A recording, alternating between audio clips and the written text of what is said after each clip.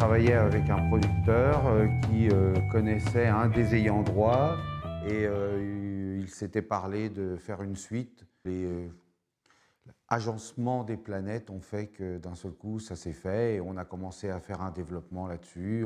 Après la guerra, Sancho et Pichu sont les victimes de Zarès, avant que Mendoza n'empêche celui-ci de nuire pour de bon. La marche de liberté, c'était plus dans le graphisme qu'il fallait rester assez fidèle à la première série. Et donc, on a fait beaucoup de recherches pour voir aussi dans quelle technique d'animation on allait faire ça. Sur l'arche narrative, on a beaucoup discuté avec les ayants droit, où ils voulaient que les trois gamins, Esteban, Tao et Zia, restent vraiment au centre de l'histoire. Donc ça, on a essayé de garder.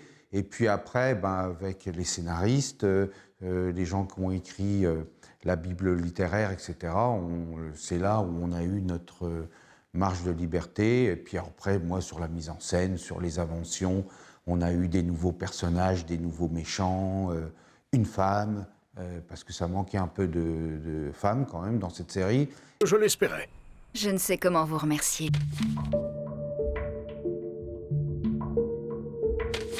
Dans la première saison, les héros partent dans le Nouveau Monde en même temps que les conquistadors, etc. Et la recherche donc des cités d'or et de l'Eldorado, en fait. Et ils découvrent une cité d'or avec des Olmecs qui sont des sortes de personnages qui sont tous en fin de vie et qui cherchent absolument le grand héritage qui va pouvoir les ressourcer et à nouveau les faire vivre, puisqu'il y a un combat entre les Olmecs, les Muins, les Atlantes, enfin il y a tout un truc très compliqué et on met vraiment un pied dans la science-fiction à ce moment-là, alors qu'on est au XVIe siècle dans quelque chose qui est assez historique. Ils ont récupéré un grand condor, un oiseau, enfin un avion plutôt immense en forme d'oiseau qui marche à l'énergie solaire. Et les héros se séparent. Les trois enfants disent on va voyager avec ce fameux condor.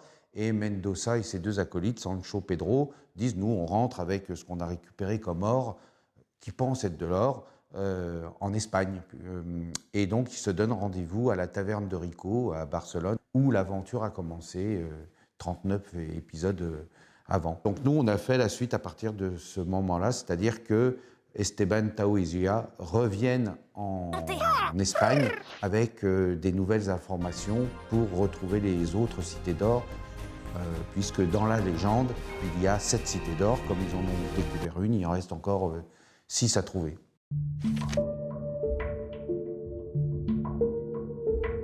On a intégré un changement que je trouve vraiment important, c'est le personnage de Zia, qui donc est la fille de la bande. Et Zia, dans la première saison, était vraiment suivait les deux mecs. Et donc on a vraiment changé, fait évoluer ce personnage-là pour que ce soit plus une gamine de maintenant. Elle a même des pouvoirs.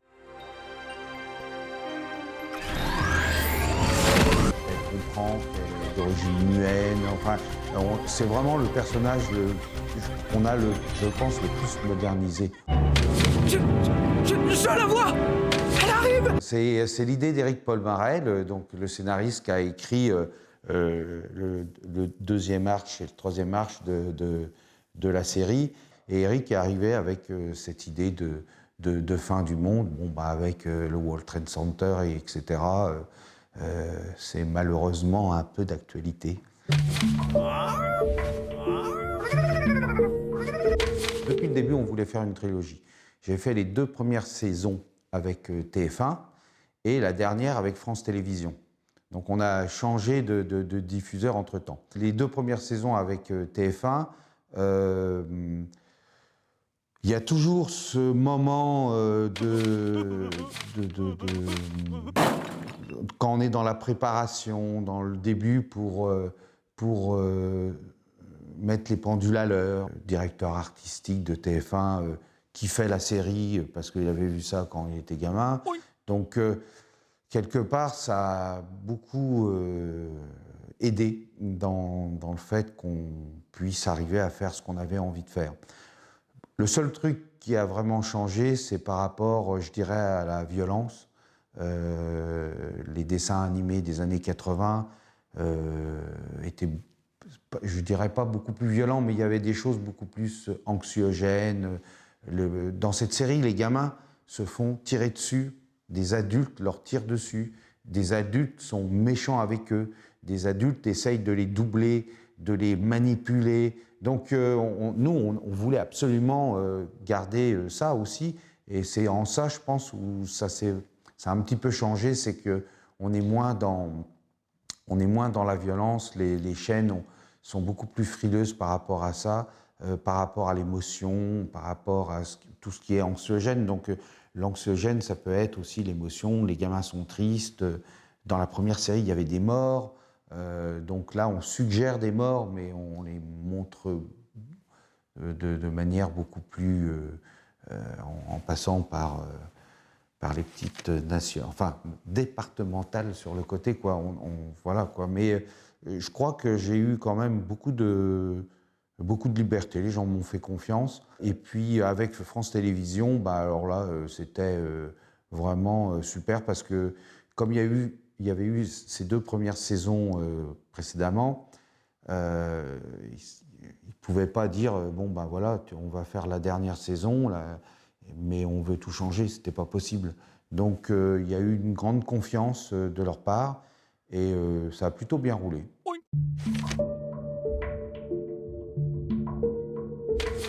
En animation, il y a enfin 3 auteurs, 4 avec le compositeur, mais il y a l'auteur graphique parce qu'on fait du dessin animé, donc il y a le mot dessin, donc il faut faire des dessins. Et il y a le scénariste qui écrit les histoires et le réalisateur qui met tout ça en image. Et j'essaye de toujours bien m'entendre avec les scénaristes. Donc je pense que ça s'est plutôt bien passé avec eux. Je suis en totale transparence, je leur montre ce que je fais. On fait des animatiques, je leur montre les animatiques, on bouffe ensemble. Je leur explique où on en est, je leur explique pourquoi ça marche, pourquoi ça marche pas, pourquoi ça va coûter trop cher. Enfin, j'essaye vraiment de jamais couper le cordon, quoi.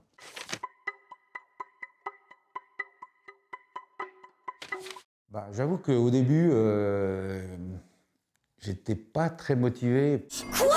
C'était vraiment un format feuilletonnant, etc., qui était génial, mais c'est quand même une série culte. Et il y avait les ayants droit, donc Jean Chalopin, Bernard Derriès, qui sont un peu des monuments de l'animation française. Et il y a les fans aussi. Et tout ça me faisait un peu peur, en fait. Je suis assez indépendant. Toutes les petites séries que j'avais faites avant roulaient vachement bien. Tout le monde aimait ce que je faisais. Et donc, je me disais, waouh, ça va être... je passe dans une autre dimension. Et est-ce que j'ai envie de ça?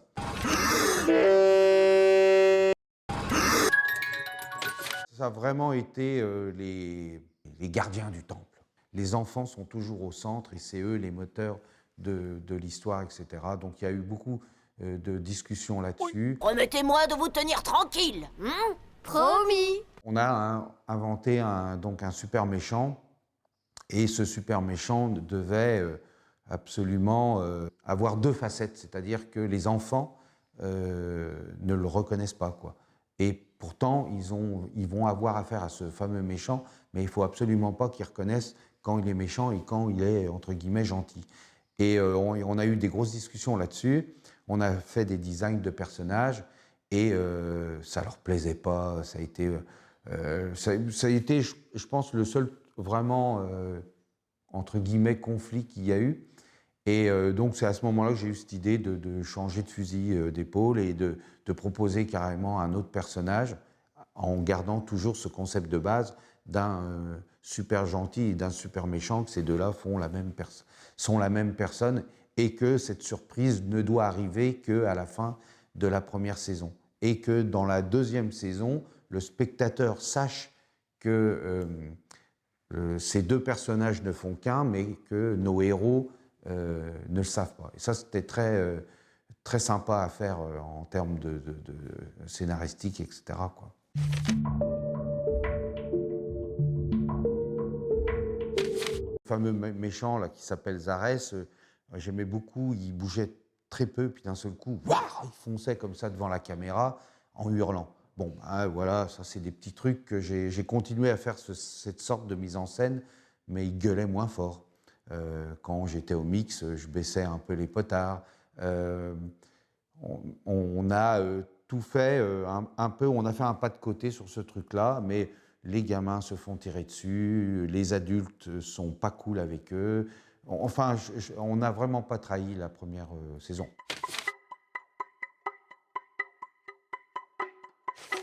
Les enfants sont vraiment dans l'aventure totale. C'est peut-être un nouveau monde à découvrir.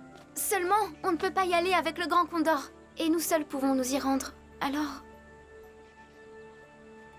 Alors nos routes se séparent ici. Ils sont livrés à eux-mêmes, ils sont obligés de se débrouiller. La forte amitié qu'ils ont tous les trois ensemble fait que ça les sauve souvent de situations pas possibles, que ce soit dans un monde XVIe siècle où le spectateur n'a aucun repère, il n'y a pas de... Bon, dans les années 80, il n'y avait pas de téléphone portable, mais il n'y a pas de nouvelles technologies comme on peut voir maintenant, de télévision, de téléphone. Il y a un vent de liberté pour les enfants. Ils ont marché, vous croyez? Allez, à nous de jouer.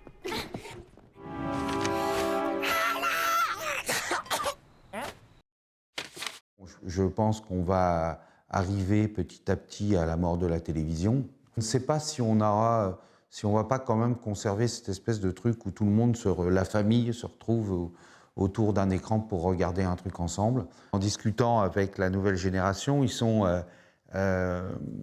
super contents que Netflix, etc. arrive parce que d'un seul coup, ça donne un vent de fraîcheur. On peut faire des séries pour adultes, on peut faire des séries un peu plus délirantes, alors qu'avec la télévision, on a ce côté encore beaucoup dessin animé, c'est pour les enfants. Ça ne peut pas fonctionner. L'autre truc qui me fait peur aussi, c'est que justement quand je parlais de consommation, parce que c'est vraiment ça maintenant, on consomme, et que des séries comme Les Mystérieuses Cités d'Or qui ont baigné je ne sais combien de générations de gamins, n'existent plus, puisque une nouvelle saison ou une nouvelle série chasse l'autre. Est-ce que ces plateformes auront l'intelligence de repasser, de refaire de la pub pour que les gens regardent aussi ce qui s'est fait avant? Nous allons tous disparaître, et vous aussi.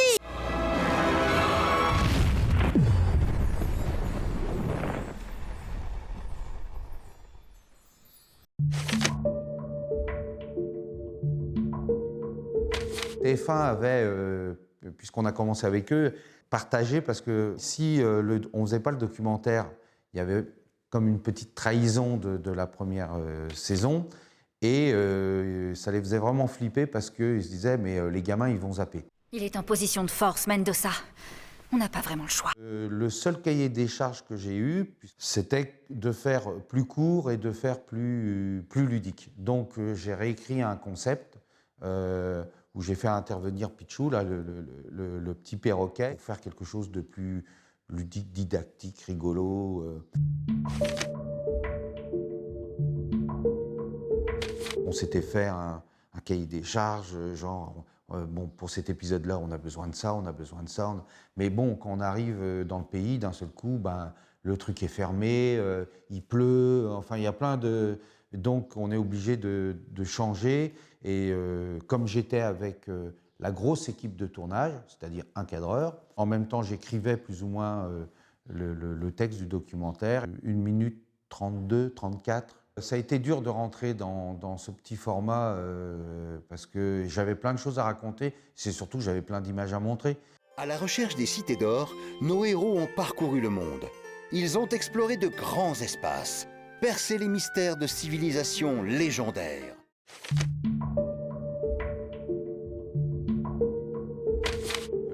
personnage de la Guerra, donc cette femme qui est un peu le même personnage que Mendoza, donc un personnage ambigu, aventurière.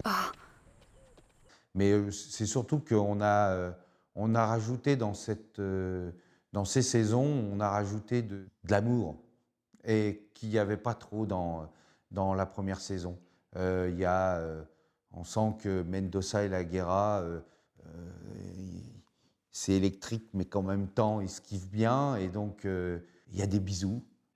Capitaine, Puisque tu es bientôt sur pied, tu vas avoir besoin de ça. mes armes. Merci. Sans elles, je commençais à me sentir nue. Et il y a aussi des bisous avec Esteban et Zia. Bien joué, Esteban! On a eu beaucoup de questions, on se disait est-ce qu'ils s'embrassent juste sur la joue ou vraiment sur la bouche, et puis on s'est dit ah non, ils font sur la bouche. Et elle est vraiment, je trouve, très émouvante. Avec Mendoza et la Guerra, on a vraiment un truc genre, il l'embrasse vite fait, et puis elle, paf, elle le prend, puis viens là que je t'embrasse aussi. Et c'est vraiment, c'est des choses qu'on ne fait pas trop en dessin animé, ça. Les cités d'or ont toutes été trouvées. Mais il reste encore bien des trésors à découvrir. Le monde a été sauvé par nos héros. À toi maintenant d'aller l'explorer. Au revoir.